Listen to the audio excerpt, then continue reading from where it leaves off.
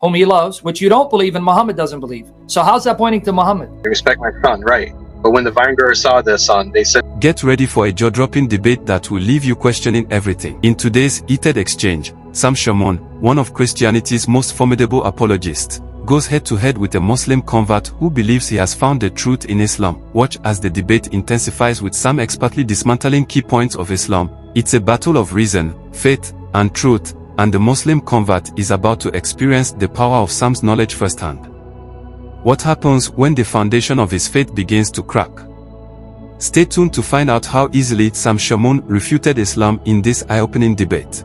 well, let me ask you this, okay? Okay, like the New Covenant, Jeremiah 31 through 34. You know, Hebrews quotes from it as well, I believe in Hebrews chapter 10. Yep, it quotes it also, Hebrews 8. So like a couple of issues I have with it is like, for one, the main one is that no longer will anyone teach his neighbor to know the Lord. Yes. Well, how is that even fulfilled in nowadays? How's Jesus the fulfillment of the New Covenant? Yeah, because again, this is why I said it would have been nice if someone had catechized you, because the New Testament, it teaches the already not yet, meaning the prophecy has begun to be fulfilled, but its ultimate fulfillment awaits his return. But like when I read Jeremiah though, it sounds like that's still future, because it's really about how the Jews are going to return and it's fulfilled. We're saying we're in the New Covenant now. No, because it is future from the perspective of Jeremiah. It didn't happen. But then if you read on, Jesus begins it, inaugurates it, but will complete it when he returns, because even the book of Zechariah you quoted, how could it not have what we call a process of fulfillment? When Zechariah tells you that only a remnant of the Jews will survive, when the Lord comes to fight for them on that day, that means Jeremiah, Zechariah, if you take them into consideration with one another, there's going to be a stage in which this will be fulfilled, but the fulfillment is not overnight. Otherwise, you're going to have to assume that that covenant is only fulfilled when Jehovah comes down after they pierced him, and then he'll fully inaugurate the new covenant. How does that work? Well, like my issue with that though is like the Abrahamic covenant was instant, based on God's promise. No, and then no, it took 400 years, because part of the covenant was that your descendants will inherit the land, and they didn't inherit it until 400 years later. That's part of the covenant. Okay. So how is it instant? Okay, you're right. Okay. Right? Didn't he say in Genesis 15, the fourth generation, 400 years from now? So no, it wasn't fulfilled overnight. It had a beginning, but then its fulfillment awaited 400 years. Okay, but then 2 Samuel 7:14, right? You have the Davidic covenant. There's a beginning and an end date when it talks about how David's son, it talks about him. And I know it's used in reference to the Messiah in the future. Someone will rule on the throne of David, sure. Yes, but that's Solomon in its historical context, right? Bingo, that's what I'm trying to hit. So it has a clear start and end date, like a range is clear. You know, like in mathematics, you have a beginning. Not really, because in that prophecy it says his throne will be forever if he obeys me. It's conditional, right? If you go to 2 Samuel 7:14 and you cross-reference it with 1 Chronicles 17, because this promise is repeated also in 1 Chronicles 17, 10-14, 1 Chronicles 22, 7-10, and 1 Chronicles 28, 3-7, same promise, but there's a condition. This man, if he obeys me, his throne will be forever. Well, okay, he failed and he died. But the promise to David must be fulfilled, because God swore in Psalm 89, this covenant I'm making with you, where my throne will remain with you, is irrevocable. I will never revoke it. You'll never fail to have a man sitting on your throne. So if one of your sons fails to be faithful, I will punish him, but I won't remove the throne from you. So now, if God cannot lie, and God keeps his promise to David, where is the fulfillment of the promise, and who's going to sit on his throne forever? How does Islam come and fulfill that covenant? Because you're saying David is a Muslim. So how does Islam fulfill that covenant? Well, because I was saying he was worshiping just one God, Ahad, right? How is that the covenant? The covenant of David is, my throne will remain with you forever and ever. I have not lied to David. I have sworn and will not go back on my oath that David will not fail to have a man sitting on the throne. That's Psalm 89. So how does Islam fulfill that? Because Jesus was telling people about the stumbling block that will come in the future. And the stumbling block would be the tribes, that come out of Arabia. Wait, you're saying Matthew 21, and that same parable where Jesus says he's the son, and that means it's pointing to Muhammad, who denies that he's the son? No, I mean, like, it's just saying that, like, the people, the Jewish people were basically forsaking Yahweh. But you go to Matthew 20, that's where the stumbling block is. Okay, let me go there. 21, 33-44. Why do you ignore that? He then gives a parable that the servants are prophets whom they kill, and then God sends last of all his son, whom he loves, which you don't believe and Muhammad doesn't believe. So how's that pointing to Muhammad? You respect my son, right? But when the vinegrowers saw their son, they said to themselves, this is the heir. Come, let us kill him and seize his inheritance. They took him and threw him out of the vineyard and killed him. Therefore, when well, to me, that can just fulfill the Al-Mania passage. It's not necessarily on the cross. But the Quran says he's not the son and he's not the heir. Right.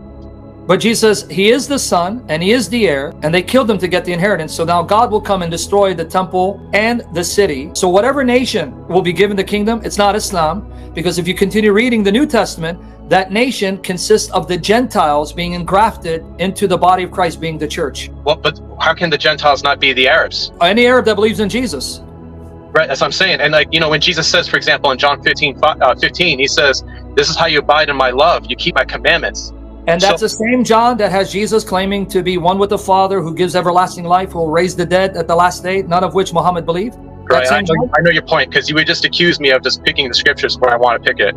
That's what you get. So let's go with that John. That same John 15, where he says the Father, it's his Father, he is the Son, and he's the one who sends the Holy Spirit from the Father, none of which Muhammad believes. So why are you a Muslim then if you believe these passages? Just as the Father has loved me, I have also loved you. Abide in my love. And that goes right to what I was quoting. If you keep my commandments, okay, but you don't believe God is the Father of anyone. How does this point to Islam again? Right. Well, when John's like the last gospel, so that would be like development. But you just quoted John. See what you just did? I know. I quoted you or you did?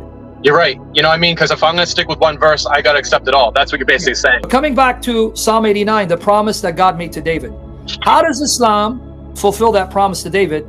An irrevocable covenant where God swore, you'll never fail to have a man sitting on the throne. How did he fulfill that? Well, you never fail in having a man sit on a throne. Well, Jesus ascended. Yeah, and he's a man in heaven sitting on David's throne on behalf of David. That's Hebrews 1. Right. Well, I don't see that contradictory to Islamic theology. Because Islam does not believe that Jesus is in heaven sitting on Allah's throne. I see what you're saying. He's not on the throne, they say. Right. He's just hanging out. So if I do what you tell me to do, I could never follow Muhammad. I have a better chance of following Joseph Smith than Muhammad. So why did you choose Muhammad when he clearly contradicts Old and New Testaments? Okay, I see what you're saying. Okay, now coming back to even the Solomon thing. If you mentioned 2 Samuel 7:14, did you notice what that passage said, that when he sins, I will beat him with the rods of men and the floggings of the sons of men, right? I will be a father to him and he will be a son to me. When he commits iniquity, I will correct him with the rod of men and the strokes of the sons of men. Okay. Now you caught it, right? So if he sins, I'm going to have men. I'll use men to beat him with rods and flog him, right? Right. So do you take that being Messiah Jesus, or do you take that as like... Well, I want to ask you the question. Historically, when Solomon sinned, God spared him for the sake of David and never had him punished by the hands of men, beating him with rods or floggings, right? That's true, because he had 700 wives. That's really insane. So now, is it a coincidence when Jesus comes, he gets beaten with rods and floggings? I see what you're saying. He's saying he took that punishment, basically. That's slick. Old and New Testament agree, and again, contradicts the Quran. So again, I'm wondering, why did you leave the true Jesus for Muhammad? I see what you're saying, Jesus. Okay. Paul, whom you don't like, whom you claim didn't follow Jesus. Well, I don't know Paul personally. He could be a nice guy for all I know. No, let's go with that historically. Paul met the apostles, Muhammad didn't. Paul had the right hand of fellowship with the apostles, Muhammad didn't. When he says people are going to preach another Jesus, present a different spirit and a different gospel, and if someone preaches a gospel other than we have preached, even if it's an angel, may God condemn him. And lo and behold, 600 years later comes this man preaching another Jesus, presenting a different gospel and a different spirit, and claims an angel came to him. And you're going to trust him over against Paul, who was at least there, who was an eyewitness to the disciples of Christ, who was given the right hand of fellowship. Are you really making sense here? I see what you're saying. Can I ask you something about Paul, though? Sure, go ahead. 1 Corinthians 15, the resurrection chapter. Let me go there. All right, so I'm sure you know this. You're an apologist. You should know this. With the triple whole T and all that. You know how we copy and paste people's information today? Yes. Well, Paul did that. We know for a fact Paul did not write 1 Corinthians. Well, they say, the scholars say, I don't want to say, but the scholars say that, Paul did not write this. But how can Paul not write a poem? Like, the argument goes like this. I'll deliver you your argument. For I delivered to you as of first importance what I also received. So Paul's saying, I received this information from somewhere else. And he says, now he's quoting this poem that scholars say he did not write. So why would he write it? Well, how can Paul not? I mean, how do you know Paul didn't? How do you know? I'm going by your argument. Friend, I didn't make a comment. I'm going by your argument. Let's assume he didn't write it. So what? So then, how do you know it's reliable, Because if you continued reading and didn't stop, you'll see that he mentions the living eyewitnesses, Peter and James, who are still alive, and more than 500 people, most of them still alive, that could confirm what he's saying is true. Do you have anything similar for Muhammad? Well, yeah, I know the hadiths were written like 200 years later, man. Oh, but do you have anything similar? Can Muhammad appeal to the eyewitnesses of Jesus to back him up? No. Because you just quoted 1 Corinthians, but you didn't read 5 and 6, nor did you read 7, where he says he appeared to Cephas. He appeared to more than 500 of the brethren, most of them still alive. How could he get away with that if he's lying, if they were not alive? All right, let me ask you this. Gary Habermas, man, he says this verse right here.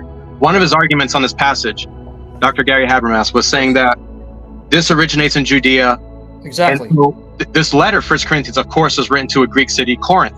So Yes. one of Gary Habermas's argument on the resurrection is that the preaching started in Jerusalem, and that's important, for the resurrection, because you can check the lie based on the location. But when you're writing to a Corinthian city, those people can't just walk to Jerusalem in that time period and see James and Cephas.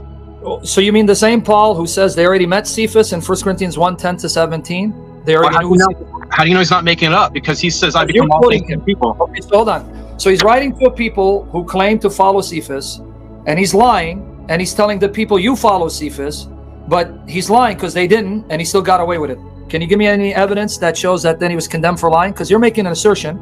I'm going by the letter you quoted to me.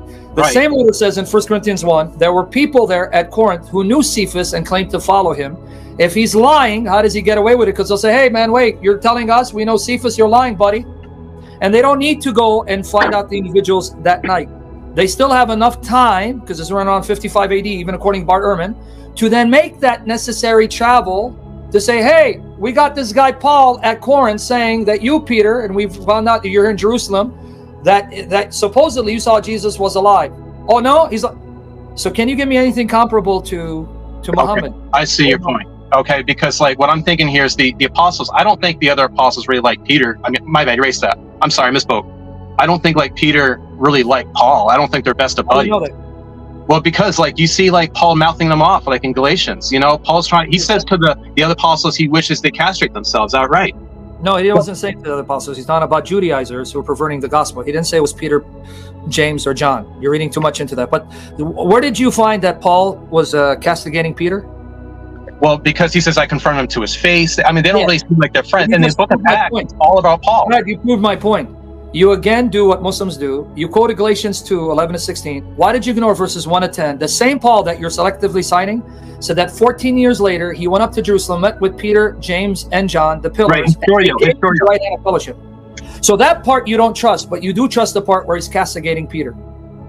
Yeah, that makes sense, right? You just proved my point, because if he obviously castigated Peter to his face, and I acknowledge that, then obviously he met with them. Historio is the Greek word. He got the history from Peter. And what did Peter do when he came and said, hey, is the gospel I'm preaching, is it the same gospel you preach? Did he say no, or he said yes? Well, according to Paul, Peter agreed with it. But the only source you have is Paul. Now you're using Paul to condemn Paul, but when Paul refutes you, then he's not reliable. So Yeah, then I can't. It's a double standard. You're right. So can you see why you're being inconsistent here? I do. You can't quote Paul to condemn Paul when then Paul refutes you and say, well, I don't trust him. Well, how do you trust him for anything he says? That's Islamic way of convincing people to follow Islam, because if you just go with facts and context, you'll never be a Muslim. Okay, I see what you're saying. You'll never be a Muslim. But again, let's come back. At least Paul is there. Even a Bart Ehrman, who's an atheist, who's not a Christian, will tell you Paul didn't invent this. And Paul did meet with the eyewitnesses, and he saw what he called a bereavement vision, because this is Bart Ehrman, just on historical grounds. He says, historically, we can demonstrate at least Peter and Mary Magdalene had a vision, which he calls a bereavement vision, that convinced them God raised Jesus physically and he's alive in heaven, reigning as God. And Paul had the same vision. And Paul didn't make it up. He inherited it from them and met them. And they were in agreement. This is a Bart Ehrman. If an enemy of the faith agrees to the facts of my position, case is closed. Muhammad gets thrown out of the court. The new covenant described in Jeremiah 31 verses 31-34 doesn't seem fully realized, as people still teach others to know the Lord. He explains the already not yet concept of biblical prophecy. Jesus inaugurated the new covenant, but its ultimate fulfillment awaits his second coming. Some compares it to the Abrahamic covenant, which began with a promise but took 400 years for fulfillment. Similarly, the Davidic covenant has ongoing implications that find ultimate realization in Christ. Davidic covenant. The promise in 2 Samuel 7 verse 14 about David's throne seems conditional.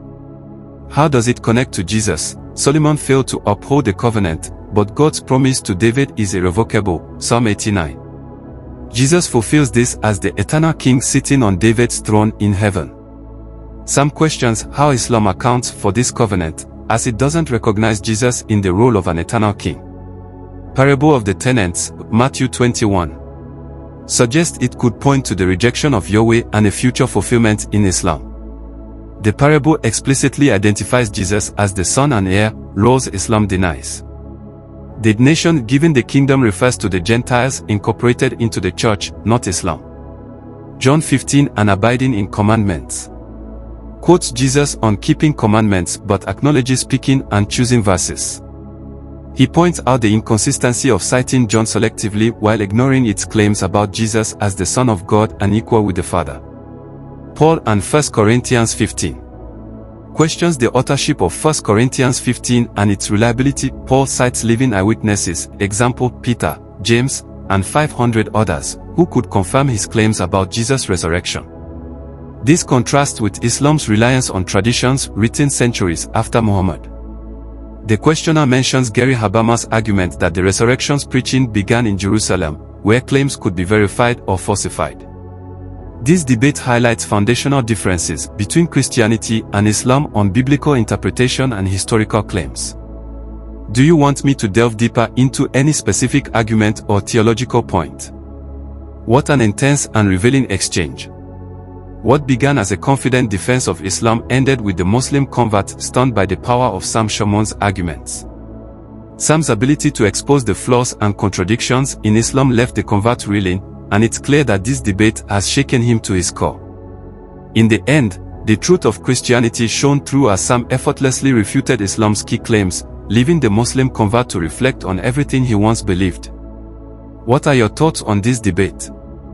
Were Sam's refutations convincing, or do you still stand by the Muslim convert's perspective?